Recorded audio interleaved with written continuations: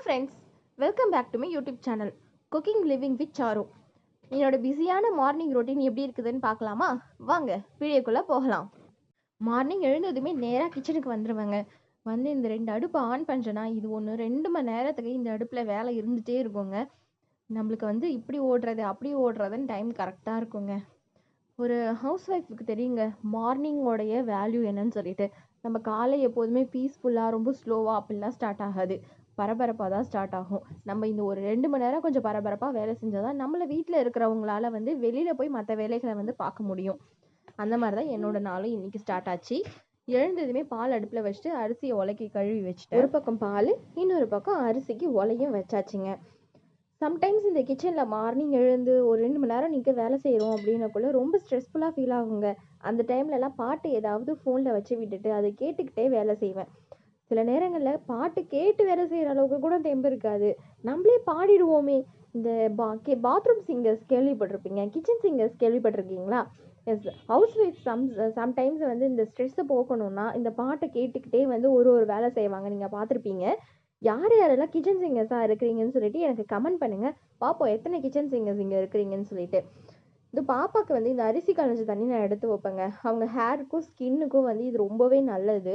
இப்போத்துலேருந்தே நம்ம வந்து அவங்களுக்கு இதை யூஸ் பண்ண ஆரம்பித்தோம்னா அவங்க ஸ்கின்னும் ஹேரும் கொஞ்சம் நல்லாயிருக்கும். இன்றைக்கி வந்து முருங்கைக்கீரை கடையல் செஞ்சுட்டு கொத்தவரங்காய் பொரியல் செய்யலாம் அப்படின்னு ஒரு ஐடியா.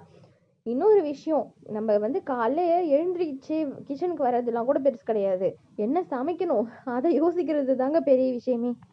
சரி, நம்ம ஃபேமிலி மெம்பர்ஸ் கிட்ட அட்வைஸ் எடுத்துக்கலாம்னு சொல்லிட்டு அவங்களோட ஒப்பீனியன் கேட்டோம்னா, வீட்டில் என்னென்ன காய்கறிலாம் இல்லையோ, எந்தெந்த பொருட்கள்லாம் இல்லையோ அதை தான் கரெக்டாக சொல்லி செய்யுமா அப்படின்னுவாங்க. அதுக்கப்புறம் என்ன பண்ணுறது, நம்ம என்ன இருக்குதோ அதை வச்சு மேனேஜ் பண்ணிக்க வேண்டியதுதான். அப்படியான ஒரு நாள் தான் இன்னைக்கு. சாதம் அரிசி போட்டாச்சு, கொத்தவரங்காயை நல்லா க்ளீன் பண்ணி கட் பண்ண ஆரம்பிச்சாச்சு. இந்த மாதிரி சின்ன சின்னதாக கட் பண்ணி வேக வச்சு செய்வேன் கொத்தவரங்காய். நான் சின்ன சின்னதாக கட் பண்ணாதான் சாப்பிட்றதுக்கு கொஞ்சம் ஈஸியாக இருக்கும். இது கொஞ்சம் ஹார்டான காய் இல்லையா, அதனால். சாதமும் வெந்துடுச்சு. எங்கள் ஹஸ்பண்டுக்கு டீ, பாப்பாவுக்கு பால். இந்த மாதிரி ஒரு குழந்தையும் பெரியவங்களும் இருக்கிற வீட்டில் இருக்கிற ஹவுஸ் ஒய்ஃப்க்கு தெரியுங்க அந்த கஷ்டம் என்னன்னு சொல்லிட்டு. ஒரு ஆளுக்கு பால், ஒரு ஆளுக்கு காஃபி, ஒரு ஆளுக்கு பூஸ்ட்டு, ஒரு ஆளுக்கு டீ. இந்த மாதிரி எக்கச்சக்கமாக வந்து ஒரு பாலை வச்சே நம்ம 10 விதமான விஷயம் செய்ய வேண்டியதாக இருக்கும். அதுவும் இல்லாமல் ஒரு ஆள் நாட்டு சக்கரை சாப்பிடுவாங்க, இன்னொரு ஆள் ஒயிட் சுகர் தான் சாப்பிடுவாங்க. இதை நம்ம மேனேஜ் பண்ணி கொண்டுட்டு வர்றதுக்குள்ளேயே பெரிய விஷயம் ஆகிடும். சரி, நம்மளுக்கு சாதமும் வெந்துருச்சுங்க. நாங்கள் வந்து வீட்டில் வடித்த சாதம் தான் செய்வோம். அதுதான் வந்து ஹெல்த்துக்கும் கொஞ்சம் நல்லதுன்னு சொல்லுவாங்க பெரியவங்க. அதனால வடித்த சாதம் தான் செய்யறது. இந்த சாதம் வடிக்கும் போதெல்லாம் எனக்கு ஞாபகம் வர்றது எங்கள் அம்மா மட்டும்தான். நான் வந்து பிஃபோர் மேரேஜ் வந்து சமையல்லாம் எனக்கு தெரியாது. ஆஃப்டர் மேரேஜ்க்கு அப்புறம் தான் கற்றுக்கிட்டேன். பட் அம்மா கொஞ்சம் வந்து உடம்பு சரியில்லாமல் ஹாஸ்பிட்டலைஸாக இருக்கக்குள்ள நான் ஓரளவுக்கு குக்கிங் வந்து அவங்க சொல்ல நான் செய்வேன். அப்போ வந்து அவங்க என்ன வேலையானா விடுவாங்க, ஆனால் இந்த சாதம் வடிக்கிற வேலைக்கு மட்டும் அவங்க முடியலனா கூட சாரு என்னவா தூக்கு, என்னை பிடிச்சிக்கோ அப்படின்னு சொல்லிட்டு நான் அவங்கள பிடிச்சிக்குவேன். அவங்க சாதம் வடித்து விட்டுட்டு போய் மறுபடியும் ரெஸ்ட் எடுப்பாங்க. எனக்கு ஒவ்வொரு தடவையும் இந்த சாதம் வடிக்கும் போது பார்க்கும்போதெல்லாம் எனக்கு அவங்க எப்போவுமே ஞாபகத்தில் வந்துட்டு போவாங்க. இன்னொரு செகண்ட் திங் வந்து இந்த குக்கர்லாம் வந்து அந்த பீரியடில் வந்து வெடிக்குது, அந்த மாதிரியான நிறைய இஷ்யூஸ்லாம் வந்துட்டு இருந்துச்சா. அப்போ வந்து எங்கள் அம்மா வந்து நான் சமைக்கும் போது குக்கரே எனக்கு யூஸ் பண்ண விட்டது கிடையாது, ஓப்பன் பாட் அந்த மாதிரி தான் செய்ய விட்டது. இப்போலாம் நான் குக்கரில் பூந்து விளையாட ஆரம்பிச்சிட்டேன். பருப்பு கழுவி வச்சுட்டு தக்காளியெல்லாம் கட் பண்ணி எடுத்து வச்சிட்டேன். கொத்தவரங்காயை இந்த மாதிரி தண்ணியில் வேக வச்சு செய்யக்குள்ள வந்து அதில் பித்தம் இருக்குமாங்க, அந்த பித்தம் வந்து போயிடும் அப்படின்னு சொல்லுவாங்க. எல்லா காய்கறியும் இந்த மாதிரி நான் தனியாக வேக வைக்க மாட்டேன். இந்த கொத்தவரங்காய் மட்டும் நான் இது ஸ்பெசிஃபிக்காக பண்ணுறது. நம்ம கீரை செய்கிறோன்னா பூண்டு கொஞ்சம் நிறையா போட்டு செஞ்சால் தான் வந்து டேஸ்ட் ரொம்ப நல்லாயிருக்கும்.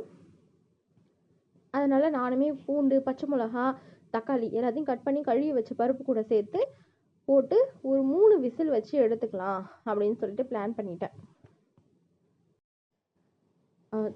சைட் பை சைட் நம்ம வந்து உப்புமா செய்யலாம் அப்படின்ட்டு இன்றைக்கி காலைல, ஏன்னா மாவு காலி ஆகிடுச்சு, அதனால் வந்து சம்பா ரவா இருந்துச்சு, உப்புமா செய்யலாம் அப்படின்னு பிளான் பண்ணியிருந்தேன். சம்பா ரவா உப்புமானா எங்கள் பாப்பா விரும்பி சாப்பிடுவா.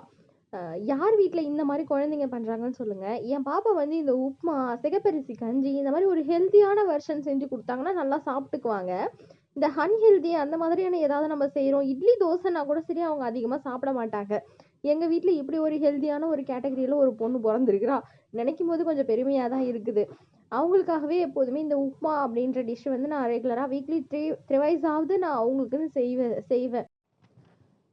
அடுத்து பாத்திரத்தில் எண்ணெய் வச்சு கடுகு உளுத்தம் பருப்பு போட்டு நறுக்கி வச்சிருக்க வெங்காயத்தையும் அதில் சேர்த்து கொத்தவரங்காய் பொரியலை தாளிக்க ஆரம்பிச்சிட்டேன். கொத்தவரங்காய் பொரியல் இதில் வந்து நம்ம ஆல்ரெடி முக்கால்வாசி வேக வச்சிட்டோம் அப்படின்றதுனால இதுக்கு கூட தண்ணி சேர்க்கணும் அப்படின்ற எந்த அவசியமும் கிடையாது. போட்டு மஞ்சத்தூள், மிளகாத்தூள், தேவையான அளவு உப்பு இது எல்லாமே சேர்த்து நல்லா வதக்கி விட்டுட்டு மூடி வச்சு நம்ம கொஞ்சம் கிளறி இந்த உருளைக்கிழங்கு பொரியலுக்கு கிளறி விடுவோம் இல்லையா, அதே மாதிரி கிளறி விட்டு நல்லா செஞ்சு எடுத்துக்கலாங்க. குக்கருமே சிம்மில் வச்சுருந்தேன். நல்லா ஒரு 3 விசில் வந்துடுச்சு. அதை அப்படியே ஓரமாக எடுத்து வச்சுக்கிட்டாச்சு. இதோ மிளகாத்தூள், மஞ்சத்தூள், உப்பு எல்லாம் சேர்த்து இந்த கொத்தவரங்காய்க்கும் ரெடி பண்ண ஆரம்பிச்சிட்டேன் நான். இப்போதான் எங்கள் ஹஸ்பண்ட் வந்து எழுந்து வந்தாங்க. அவங்களுக்கு இந்த டீயை போட்டு கொடுக்கறதுக்குள்ளே ஒரு தீர மாதிரி வாசனை. என்னடா இதுன்னு பார்த்தா இந்த கொத்தவரங்காய் எடு கரண்டியை போட்டு கிண்டுன்னு 2 கிண்டு எடுத்தேன். அது எப்படி நான் இருக்கும்போது நீ இந்த மாதிரி தீஞ்சு போகலாம் பக்கத்தில் இருக்கும்போது அப்படின்னு அது கூட ஒரு போராட்டம். அதையும் முடிச்சுட்டு எங்கள் வீட்டுக்காருக்கு சுகரை சேர்த்து இந்த டீயை நல்லா ஆற்றி அடிச்சுட்டு போய் அவர்கிட்ட கொடுத்துட்டேன். கொடுக்கும்போது இன்னைக்கு கீரை செய்யலான்னு இருக்கேன், இல்லை சாம்பார் செய்வான்னு கேட்கக்குள்ள சாம்பாரே வச்சிருமா, காய் போட்ட சாம்பார் அப்படி சொல்லிட்டாங்க. எடுங்க காய்கறி எல்லாம், டிஷ்ஷஸ் ஃபுல்லாக சேஞ்சு. கீரைக்கின்னு வேக வச்ச பருப்பு சாம்பாருக்கு ஆயிடுச்சு அப்படின்ற மாதிரி தான் இருந்துச்சு.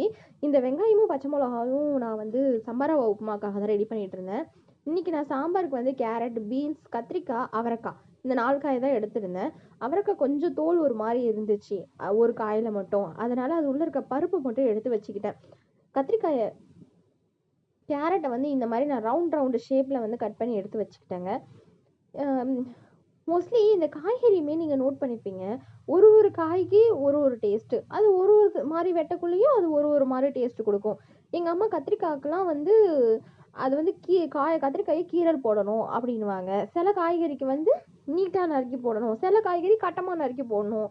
இந்த காய்கறி எப்படி தாங்க ஒரு தடவைக்கு ஒரு டேஸ்ட்டு கொடுக்குது அப்படின்னு எனக்கு தெரியலங்க. சாம்பாருக்கு வெங்காயம் நீளமாக கட் பண்ணி போடணும். கட் பண்ணியாச்சு. 2 அடுப்பும் இப்போ பிஸி. ஒரு பக்கம் வந்து சாம்பார் தாளிக்கணும், இன்னொரு பக்கம் சாம்பார் ரவா உப்புமா. வாங்க இன்னைக்கு ஒரு கை பார்த்துடலாம் அப்படின்ற மாதிரி தான் இருந்துச்சு. 2 பக்கமும் வெங்காயம் எல்லாம் சேர்த்து தனித்தனியாக வதக்க ஆரம்பிச்சிட்டேன். காய்கறி வணக்கும் போது எப்போவுமே உப்பு சேர்த்து வணக்கிடுங்க. அப்போ தான் காய்கறி நல்லா உப்பு ஏறி இருக்கும். நம்ம குழம்புல உப்பு கம்மியாக இருந்தால் கூட நம்ம சாப்பிட்ற டைமில் அட்ஜஸ்ட் பண்ணிக்கிட்டோம்னா காய்கறி சப்புன்னு நம்மளுக்கு தெரியாது. நல்லா காய்கறி ரொம்ப வதங்கணும்னு அவசியம் இல்லை. சாம்பாருக்கு லைட்டாக கொஞ்சம் 2 பெரட்டி விட்டால் கூட போதுமானது. உப்புமாவுக்கு ரெடி பண்ணிட்டேன். பருப்பு வேக வச்சிருந்த பருப்பை நல்லா இந்த மாதிரி மற்ற வச்சு மேஷ் பண்ணி எடுத்துக்கிட்டேன். அதையும் அது கூட சேர்த்துக்கிட்டாச்சு. நான் இன்னைக்கு சாம்பாருக்கு வந்து கொஞ்சமாக மிளகாய் தூளும் சாம்பார் பொடி இதுதான் நான் ஆட் பண்ணியிருந்தேன். 1 ஸ்பூன் அளவுக்கு மிளகாய் தூள் எடுத்து போட்டுக்கிட்டேங்க. ஒரு சின்ன டேபிள் ஸ்பூன் சொல்லுவாங்க இல்லையா, அதில் வந்து 1.5 ஸ்பூன் அளவுக்கு சாம்பார் மிளகாய் தூள் எடுத்து போட்டுக்கிட்டேன். நல்லா கலந்து விட்டு மூடி போட்டு சாம்பார் வேகட்டும் அப்படின்னு சொல்லிட்டு வச்சாச்சு. இந்த பக்கம் சாம்பார் ரவா இது வந்து கொஞ்சம் நம்ம வந்து வறுத்து தாங்க செய்யணும். அப்போ தான் வந்து இந்த நல்லா வெந்து வரும், இல்லைனா வந்து சரியாக வேக்காடு கொடுக்காதுன்னுவாங்க. அதனால நான் இந்த மாதிரி நல்லா ஒரு 5 மினிட்ஸ்க்கு வறுத்துட்டு 1 கப்புக்கு 3.5 கப் அளவுக்கு தண்ணி விட்டு நல்லா சிம்மில் வச்சு வேக வச்சு எடுத்துக்கிட்டேங்க. அப்பப்போ ஒரு 5 மினிட்ஸ்க்கு ஒன்ஸ் கலரி பார்க்கணும். இங்கேயுமே நம்ம சாம்பாருமே வந்து ரெடி ஆகிக்கிட்டு இருக்கா. சாம்பாரில் ஒரு விளையாட்டு எப்போதுமே, எடுத்து கத்திரிக்காயை போட்டு வெந்துடுச்சா வேகலையா, வேகலை கத்திரிக்காய்ன்னு சொல்லிட்டேன், கேரட்டு. எப்போவுமே சாம்பாரில் ஹார்டாக இருக்கிறது வந்து இந்த கேரட்டு கொஞ்சம் திக்காக நம்ம போடுவோம். அதனால எப்போவுமே நான் சாம்பார் தான் பார்ப்பேன். இது வெந்துடுச்சா வேகலையா, வெந்துடுச்சு அடுத்து புளியை கரைச்சி ஊற்றுங்க, ஒரு 2 கொதி வந்ததுக்கப்புறமா சோழியை முடிச்சு விட்டு கீழே இறக்கிடுங்க. அப்படி இருந்த மாதிரி தான் இருந்துச்சு எனக்கு. சாம்பார் செய்யக்குள்ள மோஸ்ட்லி இப்படி தான் காய் வெந்துடுச்சா இல்லைன்னா செக் பண்ணுவேன். இதோ எங்கள் ஹஸ்பண்டுக்கு எல்லா சமையலையும் முடிச்சு லஞ்சு கடன்னு பேக் பண்ணிட்டேங்க. இன்னைக்கு மிஷின் வாஷிங் டே. எல்லா துணியும் மிஷினில் போட்டாச்சு. நான் ஒரு பக்கம் ஆன் பண்ணி மிஷினை வச்சேன், என் பொண்ணு ஆஃப் பண்ணி வச்சிட்டாங்க. இன்னொரு பக்கம் நான் ஆன் பண்ணேன், அவங்க ஆஃப் பண்ணேன். சரி நீ எல்லாத்தையும் முடிச்சு நம்ம மிஷினை ஆன் பண்ணி எட்டனை வந்து போனதுக்கப்புறம் கரெக்ட் கட்டு காலைல போட்டு. ஃப்ரெண்ட்ஸ், இந்த வீடியோ உங்களுக்கு பிடிச்சிருந்தா என்னோட சேனலை லைக் பண்ணிக்கோங்க, ஷேர் பண்ணிக்கோங்க. இந்த மாதிரி வீடியோஸ்லாம் நிறைய பார்க்கலாம். பாய். சொன்னியா பாய்? சொன்னியா? அத்தை சொல்ல அத்தை.